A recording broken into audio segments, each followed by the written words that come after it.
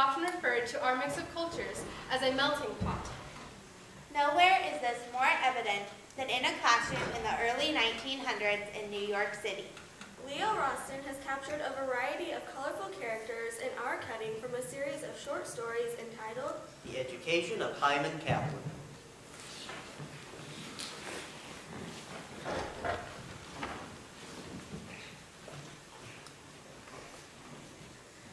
Mrs. Nathan P. Nathan. Here. Miss Lucia Barbella. In the place. Mrs. Pinsky. Ready. Mrs. O'Brien. Aye. Miss Hernandez. Present. Yusel Spitz. No answer. Yusel Spitz. Mr. Parko looked up from his attendance sheet. There was no Yusel Spitz. He left class. Gave up. Won't be coming back. He told me to say. Mr. Parko made note on his attendance sheet. It was not unusual for a pupil to drop out of American Preparatory School for Adults. Students came, Students went. Some stayed in Mr. Parkill's class for more than one semester. and some left after only one session, or a week's, or a month's. Miss Marquez. Miss Marquez? Yes, sir. I'm in attendance. Miss Petrosier. Stop. And Mr. Parkhill always bore in mind that many of his students entered the portals of American Night Preparatory School for Adults because of the world's political upheavals, a revolution in Greece, a drought in Italy, a crisis in Germany or Cuba, a pogrom in Poland. Immigrants came to American Night Preparatory School for Adults not only to learn the basic perplexing ingredients of English, they came to learn the rudiments of civics, so that they could take the municipal court's examination for the priceless magical event, Admission to citizenship. Mr. Kaplan. Here is Hyman Kaplan in Poison. Mr. Hyman Kaplan baffled Mr. Parkhill. He was a gentleman with little hair and merry green eyes, who always had two fountain pens clipped to the breast pocket of his jacket. However, the feature that most vividly seized Mr. Parkhill's mind was Mr. Kaplan's silly and bright, rather charitable smile. That smile rarely left Mr. Kaplan's face. He beamed, while even being corrected for the most dreadful errors, in speech, or spelling, or grammar. He seemed to take pride in both the novelty and number of his mistakes. Mr. Parkhill recalled a time in vocabulary building when he had been calling off new words to the class. Words used in oral sentences. To duty, Miss Pinsky had responded. To be a good American, please do all your duty. To nickname, Miss Marquez had replied. My name is Clara, but my friends are calling me Cookie.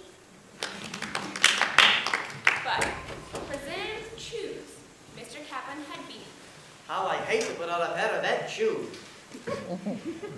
Another time, in a brisk drill on opposites, with Miss Marquez eliciting admiration for the list she daintily wrote on the blackboard.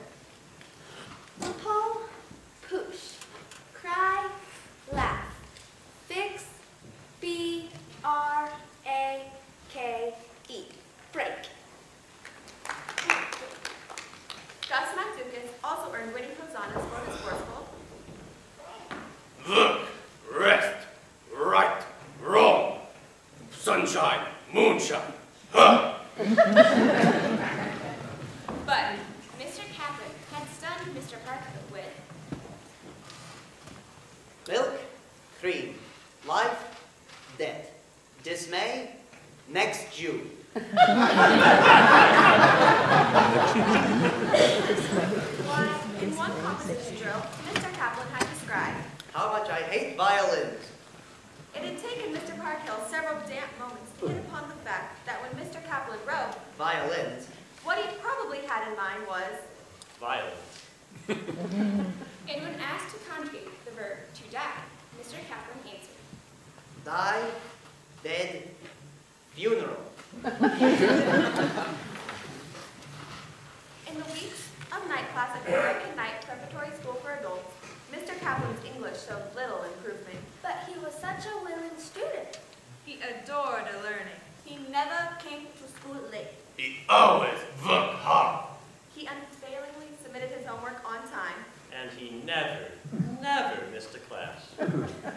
Yet Mr. Kaplan's fascinating contributions to the English language made Mr. Parkhill distinctly uneasy.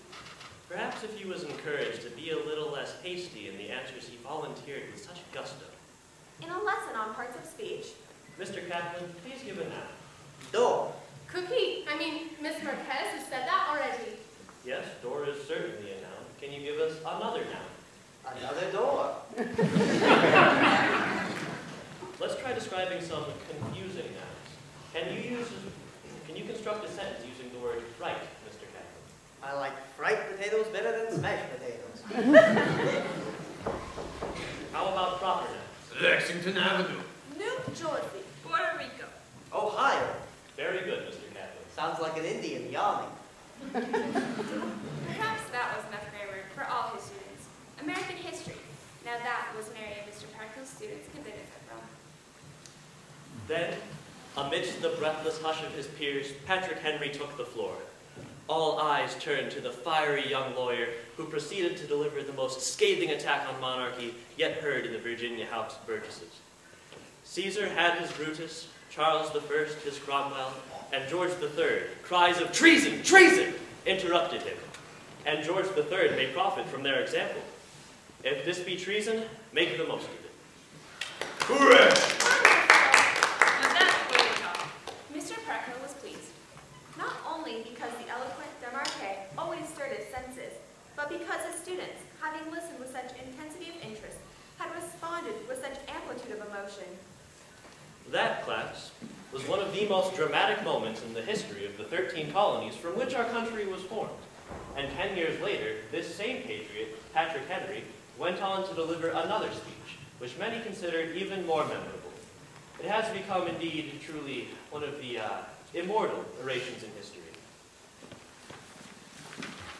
Is life so dear, or peace so sweet, as to be purchased at the price of chains and slavery? Forbid it, Almighty God! I know not what course others may take, but as for me, give me liberty or give me death. Hooray! Hooray! Patrick Henry! Bravo, bravo. Class, Just like Mazzini. Ha! How can you compare a Patrick Henry to that is the name you mentioned in the same breath? Giuseppe Mazzini. Greater man, greater patriots. In Italy we also have true patriots. this is fun. If in Italy you had a Patrick Henry before, you wouldn't have a Mussolini later. Give me liberty or give me death. True, this is true. Kaplan should be in politics. This man in politics. Ugh. Class, your attention. I shall now assign your homework. Out came pencils to record and notebooks to receive Mr. Parkill's instructions. During this semester, we have had occasion to discuss some of the better-known episodes in American history. Your homework assignment is a composition on any famous figure or any famous incident in the American Revolution. First class assignment. Too hard. Hard but good. But what's an easy lesson? Easy is for slow boats. Slow pokes, Mr. Kaplan. Which famous figures? Which accidents? Incidents, Mrs. O'Brien, not accidents. My mind is blank about incidents as well. Please, a few examples. Try crossing the Delaware. Safe and Sinkman. Liberty Bells. Miss O'Brien wiped her jowls. Maybe the Mayflower. Spilling that tea in Boston Harbor? Don't shoot till the ice can bite. Neither heroes, events, nor historic sayings suffice to lift Miss O'Brien out of Bloomsmire. Mrs. O'Brien, I think you might... O'Brien, you're not trying. What am I doing? I skated. You're holding back the class. So go adopt me. You're sabotaging our morals. Morale, Mr. Kaplan, not moral. Mrs. O'Brien, I think you... the assignment is really not as hard as you fear. After you get home, when you have time to think and remember and review your notes, I'm sure you will get many ideas. I'm not sure Mrs. O'Brien will get any or many ideas. If an idea sneak on Mrs. O'Brien, it will maybe sneeze her and carry her off. How long should this homework last? It should be... Mr. Parkhill weighed his next words carefully. I do not want a long or elaborate essay class. Let's say, not more than a page and a half. Of course, one page would do nicely. He hoped he had not sounded hopeful. That's all for tonight.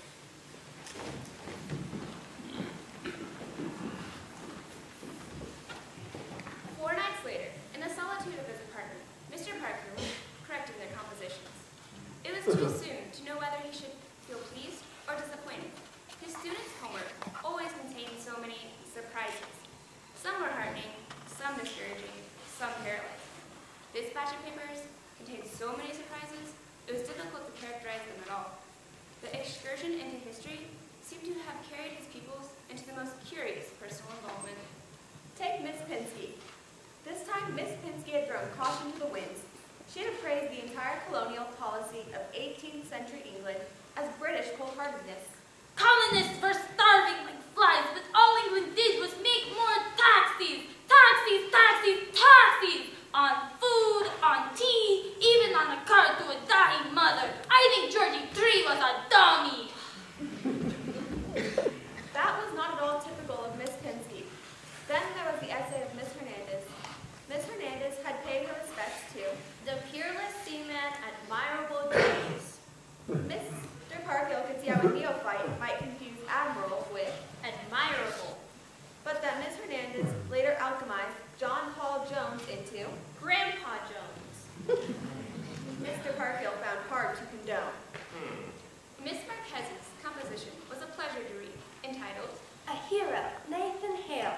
her essay contained this moving passage. They tied his hands behind to hang him, but brave, with his bare head, he made the wonderful statement, I regret I have only one life to give for the country. Mr. Hale was maybe not as important as Washington, but he is my hero. I am right. Miss Nathan P. Nathan's commendable composition puzzled Mr. Parkhill on one point. The half page extolled John Hancock. Whose handwriting Wrote Miss Nathan P. Nathan, no red-blooded American would ever forge. it took quite a few troubling moments before Mr. Parkhill realized that only a T separates forge from forget. Miss Cia had come through with an unusual offer. Minutemen, fought boys with long rifles, always ready to fight, did a famous battle with one shot the whole world heard. Was the Battle of Grand Concourse. Good work, Minutemen.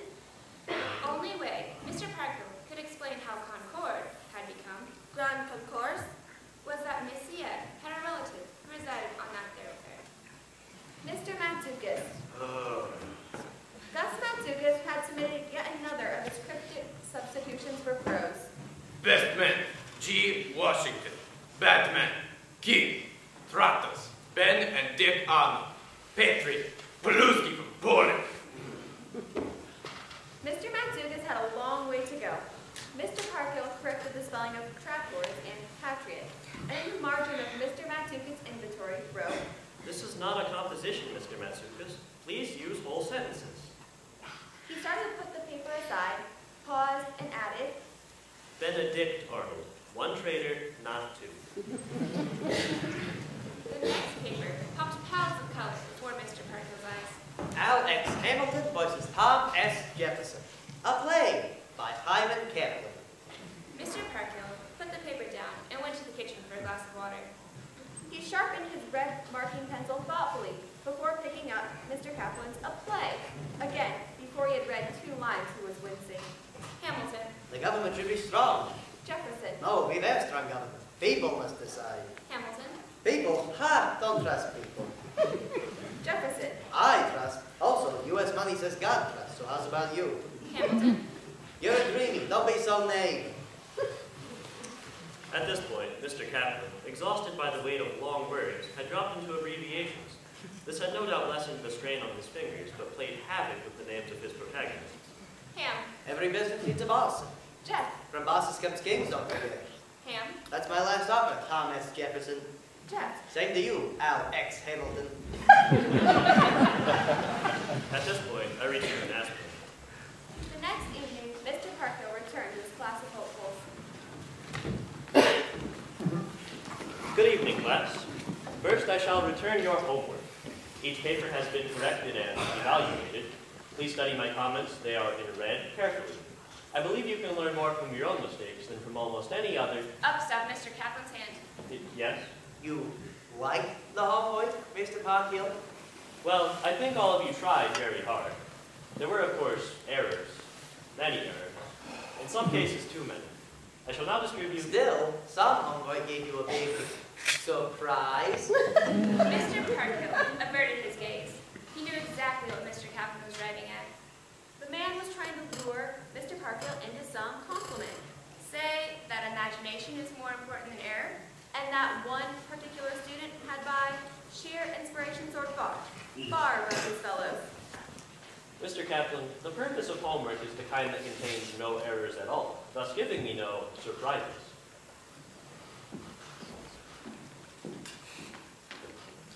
I spelled wrong Philadelphia. Harry is not H-A-I-R-Y? Was I wrong? Examine the corrections carefully, class. If you have any questions, just raise your hand. The next hour went so swiftly that the bell rang before anyone suspected it was time for recess. In the final portion of the session, Mr. Parkhill conducted a spelling drill of which he felt rather proud. 20 words containing E-I-G-H-T. From plate To wait. Via head. And 20 containing O-U-G-H. From cough. through rough. To drop. He had just announced Thought, though, enough. when Mrs. O'Brien flung down her pen and appealed to Miss Hernandez. Enough! Enough! Why not put an F when it's pronounced? A mind can crack from such torture. You gotta be patient. Don't give up. Learning takes time. Ha! What kind of students are talking? O'Brien, yours wasn't founded by sissies. I don't want to found. I want to spell. Class. Nothing good is easy. Eating is good and easy. You compare spelling to eating? You Read make English like man chops. You make English jump sway. Class, we are engaged in a spelling drill, not a debate. Mrs. O'Brien, I can well understand how someone from another land feels when confronted by some of the peculiar ways in which English words are spelled. I am from another land, and I still don't know how to. Mr. Kaplan, English is a difficult language, and many of our words are spelled in the most unreasonable. O'Brien can still make a profit from other people's symbols. I beg your pardon. I thought I heard you say that Mrs. O'Brien could make a good profit. Like the Pilgrim's father. The Pilgrim Fathers. What have the pilgrims to do with Mrs. O'Brien? You'll tell. It's obvious. Mr. Kaplan, your comment is as unclear to me as it is to Miss Marquez. I suggest you explain. No, you need not get up on the podium. Mr. Kaplan was already halfway to the podium he adored. There he stopped, turned, and withered Miss O'Brien. The Pilgrim's father Pilgrim Fathers. didn't sail back to England because they had to spell the word enough. Now the patron transferred his attention to Miss Marquez. They had bigger troubles. Indians, massacres, skinny harvests, Mr. Kaplan. spying from the French, persecutions from the British. Stop with the lecture in American history. Stick to Mrs. O'Brien. Class. The Pilgrim Fathers did nothing but cat. And then the time came for the American Revolution. Brave men like John Adams, Thomas Paine, Thomas Paine, not Spain. knew they had missing a slogan, a spark, a fire to light the lamps of liberty. So along came Patrick Henry. It's Patrick, not Petrick, and Henry, not Henry. That was a man, a prince, a tongue like silver. Mr. Kaplan is tongue, not tall. So Patrick Henry went into the Virginia House of Burgesses, and advanced almost fine, like the Garment District on Christmas Eve.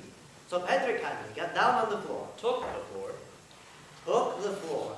and in those beautiful, powerful voices which come down through the centuries, for all Americans who got the true blood, Through blood. Pat said Julius Caesar had his Buddhist, Brutus.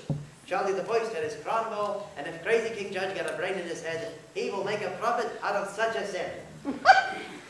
I sank into my seat, which seemed to have had its legs short. The same also applies to O'Brien. All I said was that enough should have one little F. Mr. Kaplan, rarely have I heard so many mispronunciations in so short a time. Charles I was not Charlie the Foist, Cromwell was not Cronwall, and what Patrick Henry said was certainly not what you said he said. There is a world of difference, Mr. Kaplan, between George III may profit from their example, and George III may make a profit out of such a sample. Do you understand?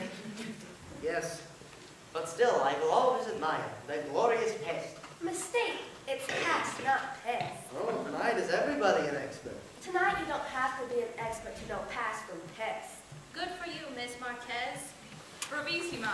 This time, Cookie has hit in a corner. Miss Marquez, you were talking about pronouncing, but I am talking about history.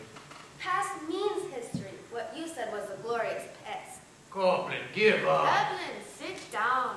Kaplan, give an inch. Mr. Captain, Miss Marquez is absolutely right. Past refers to what has gone by.